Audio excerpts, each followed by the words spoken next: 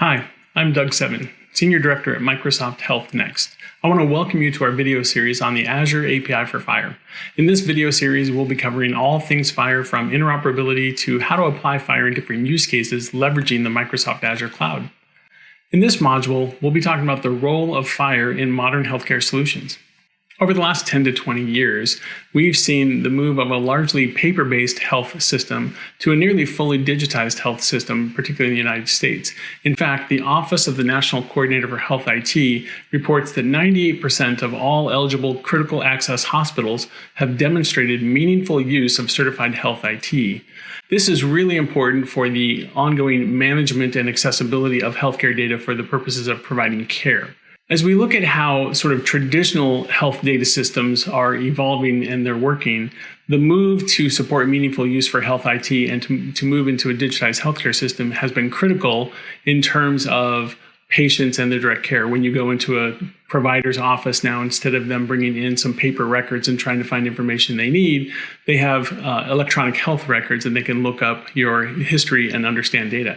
However, there's this whole set of evolving or new data systems for health IT, including wearable devices, large data sets coming from government and research organizations, as well as new areas of investigation like immunomics. And the challenge becomes, how do you connect these sort of traditional data systems and these new and evolving data systems? In order to connect these traditional health data systems with these new evolving health data systems, three things are important. One is the interoperability of these systems. How can these systems exchange data with one another? Or how can I unify data from multiple systems together into a single data set? Secondly is security. In this case, we're dealing with protected health information. This is some of the most secure information about a person that you can have. Security is absolutely paramount and must be thought of from the beginning. And related to security is compliance. In the United States, there are rules for the use and disclosure of protected health information. It's important that any system dealing with PHI understands those compliance rules and implements them correctly. In the United States, that is governed by what is called the Health Insurance Portability and Accountability Act, or HIPAA. And the HIPAA privacy rule addresses the disclosure and consent necessary to use an individual's health information for any purpose. To address the need for interoperability between systems, the Health Level 7 organization has led an effort across the healthcare industry to define a new standard for health data interoperability. This working group, led by HL7, includes healthcare payers, healthcare providers, pharmaceutical companies, and even tech companies who are involved in the application of these standards in technology. This working group has defined a new specification called Fast Healthcare Interoperability Resources, FHIR, commonly pronounced as FHIR. The HL7 FHIR specification defines a set of data models or elements for the exchange of information. These elements are referred to as resources, hence the word resources in the name of the specification. Resources can be anything from a patient to a procedure to a practitioner or a condition, a diagnostic report, an encounter, a medication. You get the idea. There's about 120 resources in the specification. As new scenarios and new use cases are explored, that list is likely to grow with each new version of the FHIR specification. The FHIR specification leverages the ideas prevalent in other industries around modern web-based technology. So the FHIR specification is really about using some of these common technologies like HTTP or RESTful interfaces to exchange data using common formats like JSON or XML.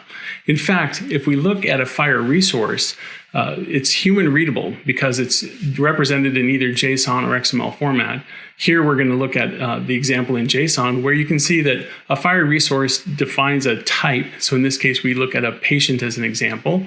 And it also defines a set of standard data that you see down at the bottom. In this case, we're looking at things like gender, name, birth date as common things that are found in every patient. The section in the middle defines an extension.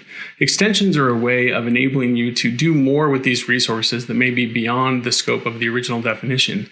In this case, we're seeing a profile being used, which is for the U.S. core profile. So in this case, not every patient is a U.S. citizen or belonging to a U.S. healthcare system. So an extension enables us to apply some data to the resource that might be unique to this particular implementation without breaking the definition of the resource. This is hugely important in terms of providing both human-readable data as well as highly standardized data, and providing the ability to extend that data to meet a variety of different use cases without breaking the specification. One of the advantages of this, and why FHIR is so important in the way we think about how the application of this technology will work, is that FHIR enables a key part of the data wrangling process that you might use when thinking about things like machine learning and analytics. We take disparate data from disparate systems and we standardize that data according to the FHIR specification. This is a huge first step in data wrangling and getting the data all into a common standard form and into a single data set. Once we get that data into a single data set, leveraging a secure and compliant data pipeline for protected health information, we can start to use that data for much more interesting and meaningful use cases. And again, machine learning, analytics, some of these scenarios are going to be key as these new emerging health data systems grow. In this module, we looked at the role of FHIR in modern healthcare systems and why it's so important.